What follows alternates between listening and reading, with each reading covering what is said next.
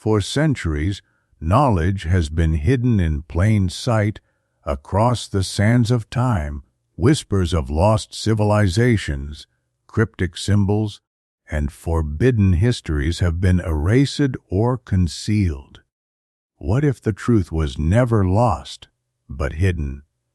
Welcome to Eye of Ancient Mysteries, where the past speaks and the future listens. Sit back, open your mind, and prepare to uncover the untold secrets of our world. Let the journey begin now. An extraordinary incident with the Tower of Pisa. There he was again that morning, Mr. Carletto Palladino, as always, at the foot of the Tower of Pisa, selling souvenirs to tourists. Suddenly, a large spaceship made of gold and silver appeared in the sky. From its belly emerged a strange helicopter-like craft that descended onto the meadow known as the Field of Miracles. "Look!" shouted Mr. Carletto. "Alien invaders! Run! Save yourselves!" screamed people in every language, but Mr. Carletto neither ran nor sought safety. Unwilling to abandon the box perched on his stool, filled with meticulously crooked models of the Leaning Tower, made of plaster, marble, alabaster. "Souvenir!" he began shouting, pointing to his goods as the aliens descended. 3 of them, each with 4 arms, waving 12 hands in greeting. "Come this way, Carletto," cried the other souvenir sellers from a distance, pretending concern for his safety, but secretly jealous, too scared to approach and sell their own wares to the newcomers. "Souvenir! Easy now, Pisa man," came a voice in perfect Italian. "First, allow us to introduce ourselves." "Pleasure, I'm Carletto Palladino," he replied.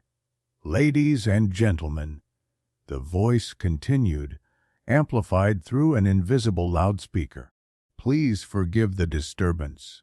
We come from planet Carpa, which is 36 light years and 26 centimeters from your own. We plan to stay only a few minutes. Don't be afraid. We're here solely on a business mission." "I figured as much," declared Mr. Carletto, whose business folk always understand each other right away. As the cosmic voice repeated the message, tourists, souvenir vendors, children, and curious onlookers emerged from their hiding places, encouraging one another to come closer. Sirens sounded as police, carabinieri, firefighters, and traffic controllers arrived to maintain order. Finally, the mayor appeared, riding a white horse. "Dear guests," said the mayor after 3 trumpet blasts, "we are honored to welcome you to our ancient and renowned city of Pisa, beneath our historic and famous bell tower. Had we known in advance, we would have prepared a proper reception for your distinguished planet Carpa.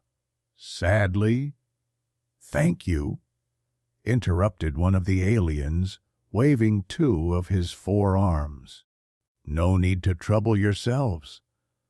We'll be gone in 15 minutes. Would you like to wash your hands?" asked the mayor. "I even brought you free tickets for the day hotel." The 3 aliens ignored him and approached the tower, inspecting it with their hands, as if to confirm it was real. Then they spoke in a language somewhat like Karakalpak, not too far from Kabardian Balkar. Their faces inside their helmets looked very much like Native Americans. The mayor sidled up obsequiously. "Would you like to speak with our government, scientists, the press?" "Why?" asked the head alien. "We don't want to bother important people. We're here to take the tower, and then we're off. Take what? The tower. Excuse me, Sir Carpian. Perhaps I misunderstood. You mean you're interested in the tower, and perhaps you and your friends wish to climb it to enjoy the view. Maybe conduct a scientific experiment on free fall while you're at it. No, replied the alien patiently. We're here to take the tower. We need to deliver it to our planet. You see that lady over there? He pointed to one of the suited figures. That's Mrs. Clock Clock. She lives in the city of Soup, just a few kilometers from the capital of the Northern Carpian Republic. Upon hearing her name, Mrs. Clock Clock perked up and posed hopefully, expecting a photo. The mayor apologized for not having a camera and kept talking. What does Mrs. Clock Clock have to do with this? You can't even touch the tower without permission from the Archbishop and the Department of Fine Arts, let alone take it. You misunderstood, explained the Carpian leader. Mrs. Clock Clock won the tower in our Grand Brick Contest. By regularly buying the famous brick Boolean cubes, she collected 1,000,000 points and won the second prize, the Leaning Tower of Pisa. The mayor acknowledged. What a brilliant idea! We'll put it this way. What a brilliant idea! Brick Boolean for life! Well said. And what's the first prize? An island in the South Seas. Not bad! I see you're quite fond of Earth. Yes, our planet is very fond of yours. Our flying saucers have photographed it thoroughly. Many Boolean cube companies have gained popularity by offering Earth-based prizes. Brick secured exclusive rights and became the top sponsor approved by our government. Now I understand. The mayor exploded. You think the tower is up for grabs? First come, first served. Mrs. Clock Clock will place it in her garden, and it'll be a hit. Carpians from all over will come see it. My grandmother! The mayor shouted. Here's a photo of my grandmother. Take it for free. Mrs. Clock Clock can put it in her garden to impress her friends. But the tower? No way! Hands off? You hear me. Look, said the alien chief, pointing to a button on his suit. You see this. If I press it, Pisa will vanish and never return. The mayor gasped. The crowd was horrified into silence. A woman's voice echoed faintly. Georgina! Renato Georgina! Renato! Mr. Carletto Palladino thought to himself, this just proves good manners get you everything. But before he could finish his profound thought, poof, the tower vanished, leaving a hole into which the wind howled. See? Said the alien. Very simple. What did you do with it? There it is, said the Carpian. We shrank it a little so we could carry it. We'll restore it to full size once it's in Mrs. Clock Clock's yard. Sure enough, where the tower once stood, now there was a tiny replica, identical to the ones Mr. Carletto sold. A collective escaped from the crowd. Again, the voice of the same woman. Renato! Georgina! Clock Clock reached to pick up the miniature tower for her handbag. But Mr. Carletto lunged for it first, like a dog diving onto its master's grave. The Carpians, startled, were slow to react, but in seconds they used all their arms to lift and place Mr. Carletto back at a distance. All done, said the alien chief. We have the tower. You still have plenty of other beautiful things. Our mission on behalf of Brick is complete. Now we bid you goodbye and thank you." "Go to hell!" shouted the mayor. Pirates! "You'll regret this. One day we will have flying saucers too, and we already have Bowl-on cubes with prize points." Someone in the crowd added. "You'll regret it," the mayor repeated. A loud click came from Mrs. Clock's handbag, which closed with Carpian flair. The mayor's horse neighed, but whatever he meant remains unknown. Then came Mr. Carletto's voice. "Excuse me, Mr. Carpian." "Yes?" "I have a request, a petition." "Then use official stamped paper. It's just a small favor.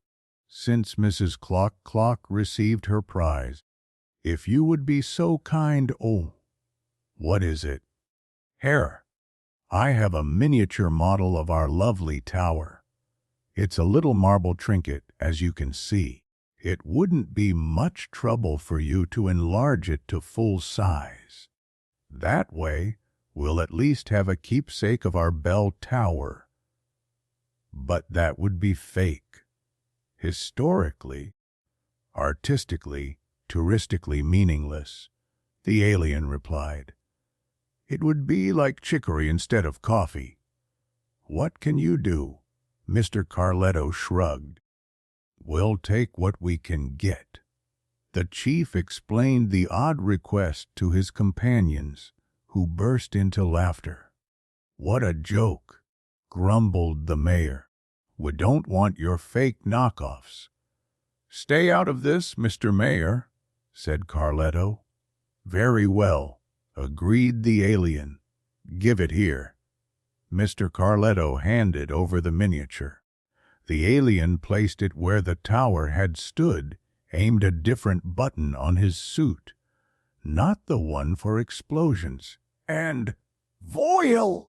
The Leaning Tower of Pisa stood tall once again. "Ridiculous," protested the mayor. "You can tell from a mile away it's as fake as Judas. I'll have it torn down today." "As you wish," said the alien. "We're off now. Goodbye and happy Easter." The Carpians boarded their helicopter thing, returned to the golden spaceship, and vanished. Only a lone sparrow remained, fluttering back to the top of the once, again, standing tower. Then something remarkable happened. Before the tearful eyes of the mayor and stunned public officials, before a heartbroken city, Mr. Carletto Palladino began to dance a tarantella. "Poor man," said the crowd. "Grief has driven him mad." "You're all fools," shouted Mr. Carletto. "Idiots and blockheads, the lot of you! As dazed as the mayor's horse!" "Didn't you notice? I swapped the tower on them, right under their noses." When it was shrunk and I jumped on it, pretending to mourn like a dog on its master's grave. I swapped it for one of my souvenirs. The real tower is here, and they returned it, big and tilted like always. They laughed at us, but joke's on them. Go ahead, check the names you carved on it. "It's true," a lady cried. "Here are the names of my children, Georgina and Renato. They wrote them this very morning with a pen." "Well done," said a traffic officer, checking the names. "So, madame, will you pay the fine now, or should I mail it?" But the mayor, moved by the moment, paid the fine himself, while Mr. Carletto Palladino was lifted onto the crowd's shoulders, a loss for him, since while he was being celebrated, tourists were buying souvenirs from the competition.